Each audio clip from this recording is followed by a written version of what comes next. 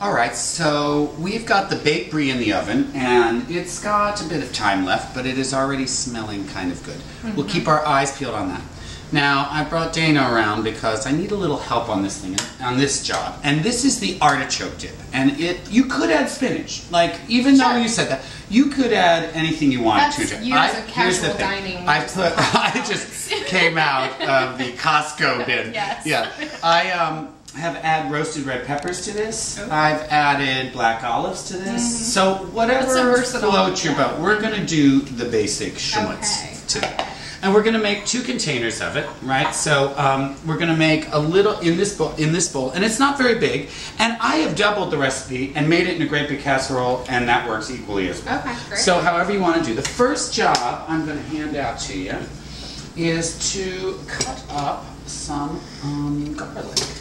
And I'm going to give you this. Okay. And it's already, we've taken it out of the bulb, and it has all the skin off. And I like to use fresh garlic. I did get out, however, garlic powder, because sometimes, no time to choppy. And you don't have an assistant, a lovely assistant, my Vanna White. Yes. So cut off the ends and just start slicing. All right. And, slicing or mincing? Mincing, little pieces, okay. Yes. Right. And if you prefer, I do have, I kind of like to do.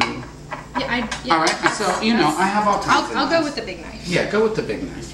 Now, as she's doing that, and we see how skilled she is, and lovely while doing it, I'm going to hold up a few things around her that we're going to use. We are going to use Hellmann's mayonnaise. Now, you can get light, but I'm so glad there's that would be jar healthy. of mayonnaise next to my face. That's exactly good. And now we will put some artichokes there, and artichoke hearts. You could grow them, but that seems to take too long. So I buy them at the grocery store in a can. Now, I have some Parmesan grated. I have some shredded Parmesan. You could use Manchego if you want to spend that much money on it. You could use any kind of hard, able to grate cheese that you want to, and it should work out perfectly. So when it comes to the portions, how's that going over there? You're doing awesome. Yeah. I love that. While she's chopping, we're going to do a little bit of putting together. And her ingredient will be on soon. Starring. The last moment, yes. And what we're going to do is that we're going to take this mayo and we are going to put 1 cup of mayo in. Yes, that is 1 cup of mayo. That is just sexy talk, right? It is.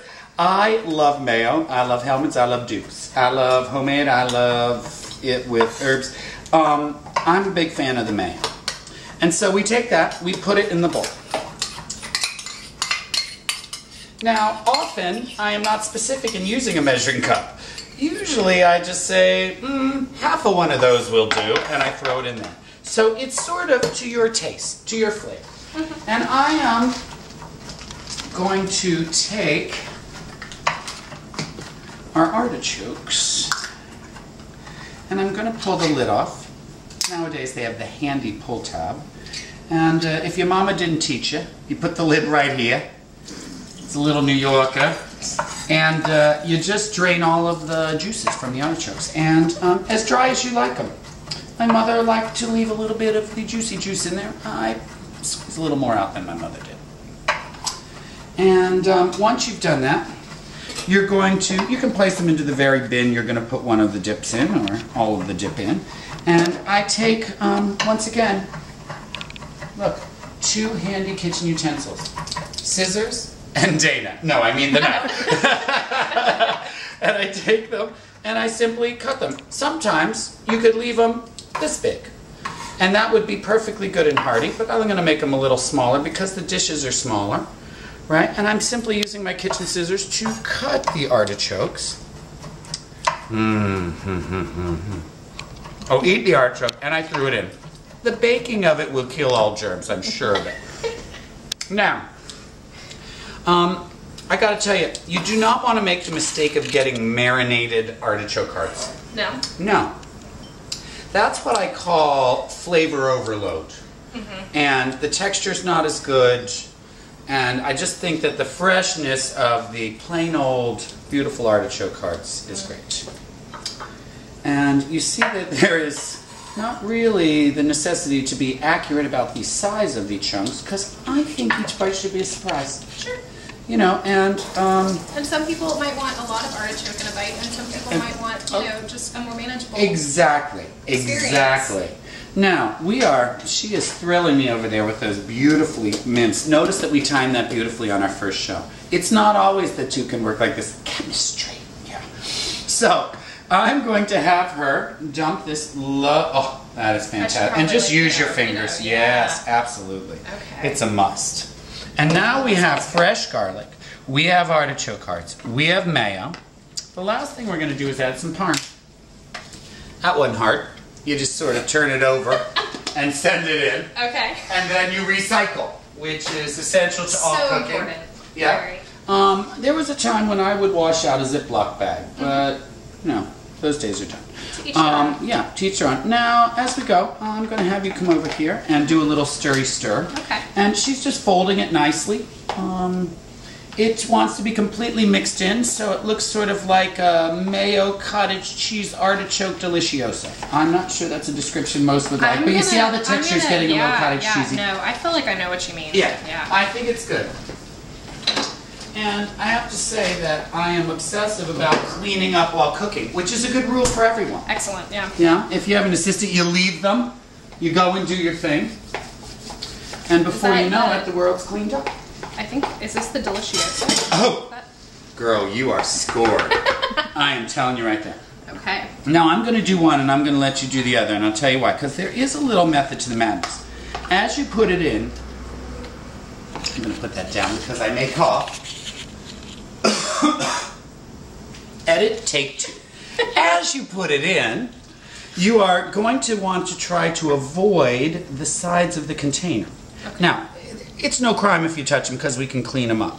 But the nice part is that it's sort of chunky and hearty on the top, because the more edges that are exposed, the more it browns on the top. Does that make sense? So you get a little bit of goodness. And I'm going to let you do the second one. And I'm going to show you a little trick, and I didn't need to put that away. Todd sometimes cleans himself out of the ingredients we still need. It's not uncommon. I think this is an acquired skill, this whole... Yeah, trying to make it look chunky. And if it, yes, it is a little bit of a, a to-do.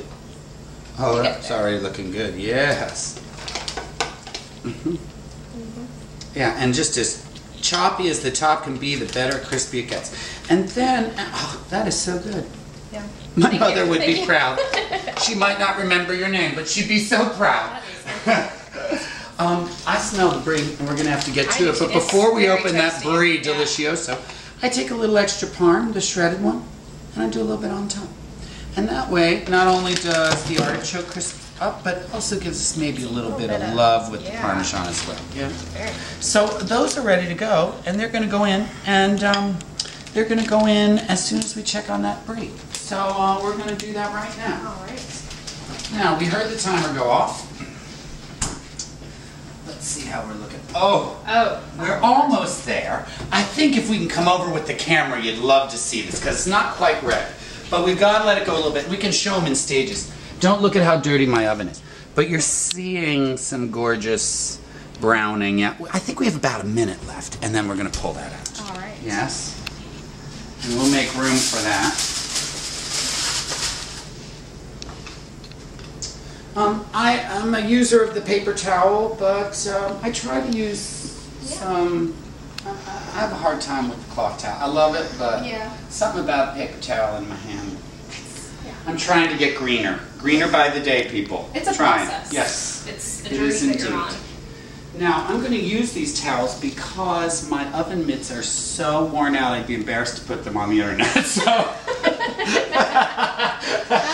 just for the record, pretty ugly. But lots of family, friends, and loved ones always must on your refrigerator. So when you splatter, like the artichoke dip on your brother, it feels good. Yeah. All right, now, we're going to take this right out. Oh, yeah. Beautiful. Oh, yes. Oh, yes. I think we're not too doughy. I think we might have done it. The key is to make sure that it's not too doughy on the wreath itself, right? So you may brown early, but we're hoping that insides have really come together. And I think we did pretty well. Now, since we're here, right near the oven, let's take these. You do one on one side, I'll do one on the other. And notice it was at 375 before. Oh, we're going to stick with that. Why not? 350, 375. Plop it right in. Let's say 8 minutes to start. I'm sure that's not going to be enough. Okay. But I always check back in on it. It starts to bubble, then the golden brown comes. It takes a while for it to get going. But until then, I think we might have to have a little more wine and a cupcake. You know, cupcakes are popular these days. I happen to have a few. We're going to check back in with all of those with a taste test when it's done. Yes. Sound good? Now Yes. listen, so we hear the timer, and I got to say, it wasn't just the 8 minutes so far. We're going to turn it off. It went actually, we ended up being 13 so far, but we're just going to take a peek to see where it stands.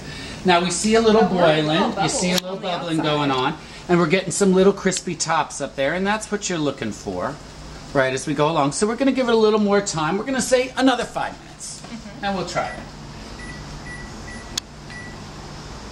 The thing about this meal is that at this point, we're probably going to have to prepare some crackers.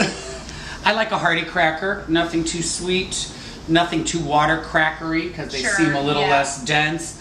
I like Briton. I know it sounds silly, but it is. I'll be right back.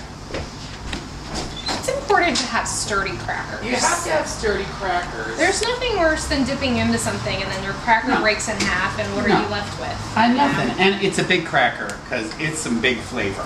So, we are going to present these. I'm going to sneak down by the camera. Okay, sorry, that wasn't very slick. We're here, and it's a little too big. You never hear me say that again.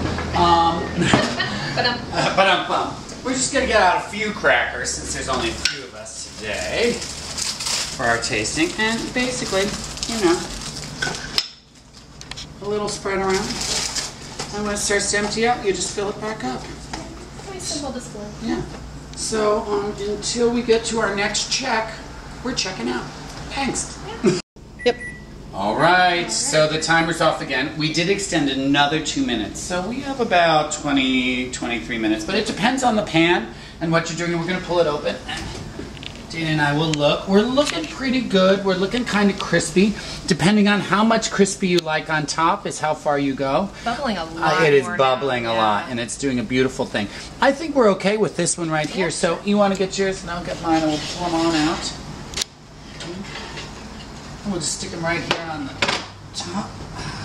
Always remember to turn off your oven, especially when your air conditioner's on. Conserve energy and not sweat. Now here's the thing that you don't know is that this smells so incredibly good. First we had the big brie, which was sweet and bready. Toasty, the pecan smell. Yes, and now we have a garlicky Mediterranean feel to the smell. It's very good. Cheese just smells. Yeah, because we like cheese.